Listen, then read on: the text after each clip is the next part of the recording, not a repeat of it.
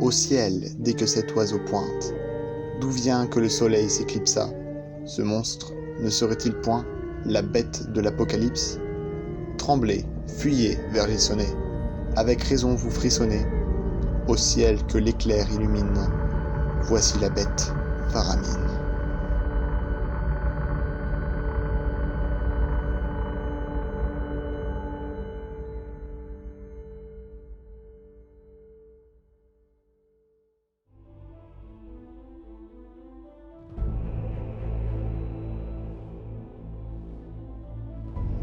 Le vieux savant qui se promène, tenant en main son manuscrit, se croit bien seul dans son domaine. Dans l'air, la bête a fait son cri. Et cet animal amphibie, sur le cahier fait, qu'a des 10, ce qu'une hirondelle jadis vit dans les yeux du vieux Toby.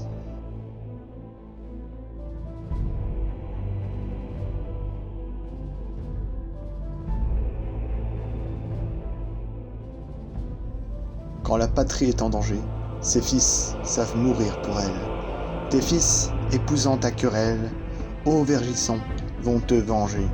Dans la nuit propice, au grand coup, ils arrivent l'un après l'autre. Quand le soleil luit sur le plateau, pas un ne manque au rendez-vous. Braves chasseurs, leur dit le maire, quand il les voit tous réunis.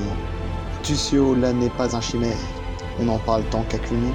Vous ayez du plomb dans tes gibernes, vous ayez du cœur sous tes tétons, et quand ça serait l'hydre de Lerne, à-dessus aujourd'hui, nous la battons.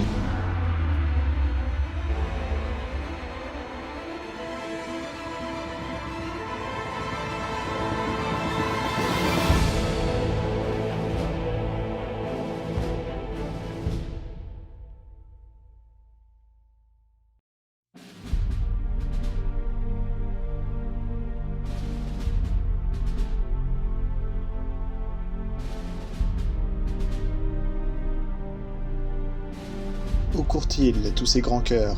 Est-ce à la mort? À la victoire? En tous les cas, c'est à la gloire. Ils reviendront morts ou vainqueurs. Ils vont déchirant aux bouchures leurs culottes et même leur peau. Et plus d'un dans cette aventure perd son sabot ou son chapeau. Les bons chasseurs ont vu la bête, mais la bête aussi les a vus. À les combattre, elle s'apprête. Elle pousse des cris aigus. La troupe aussitôt se rassemble. Tous les héros sont sur les lieux, et pas un seul d'entre eux ne tremble. Que va-t-il se passer, grand Dieu?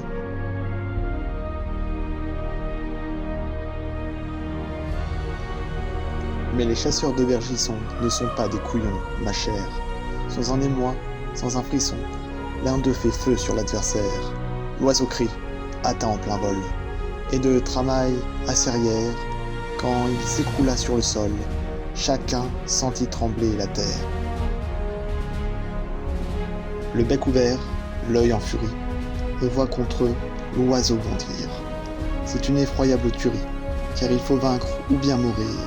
Homère, il manque à lire, pour chanter ce combat fameux. Mais enfin, l'animal expire, et le soleil, lui, radieux.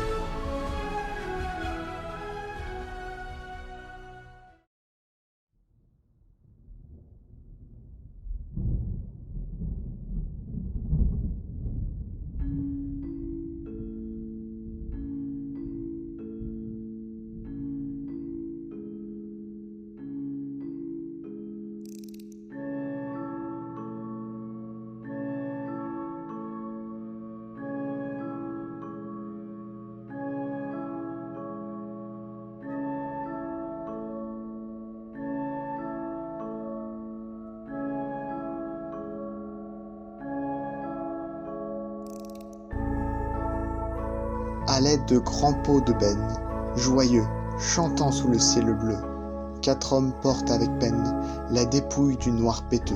Et vous, femme de Vergisson, arrachez-lui plume après plume, et pour le bucler sans façon, allons, que le bûcher s'allume.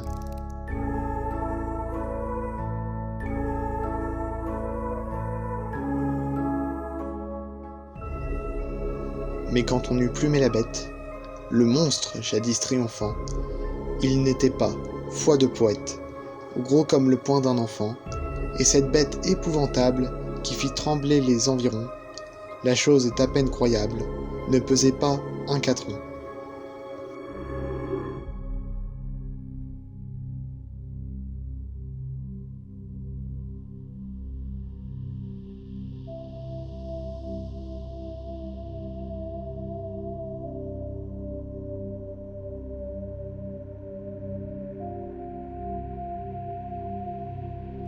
Voici la seule trace de l'existence de cette bête qui terrifia autrefois les habitants de Vergisson.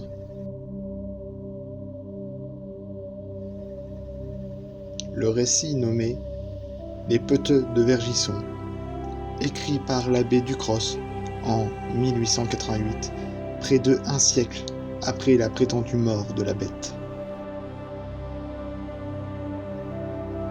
Cet abbé n'a certainement jamais vu la bête, mais la prochaine fois que vous vous promènerez quelque part entre les deux roches, méfiez-vous à ce que le soleil ne s'éclipse pas.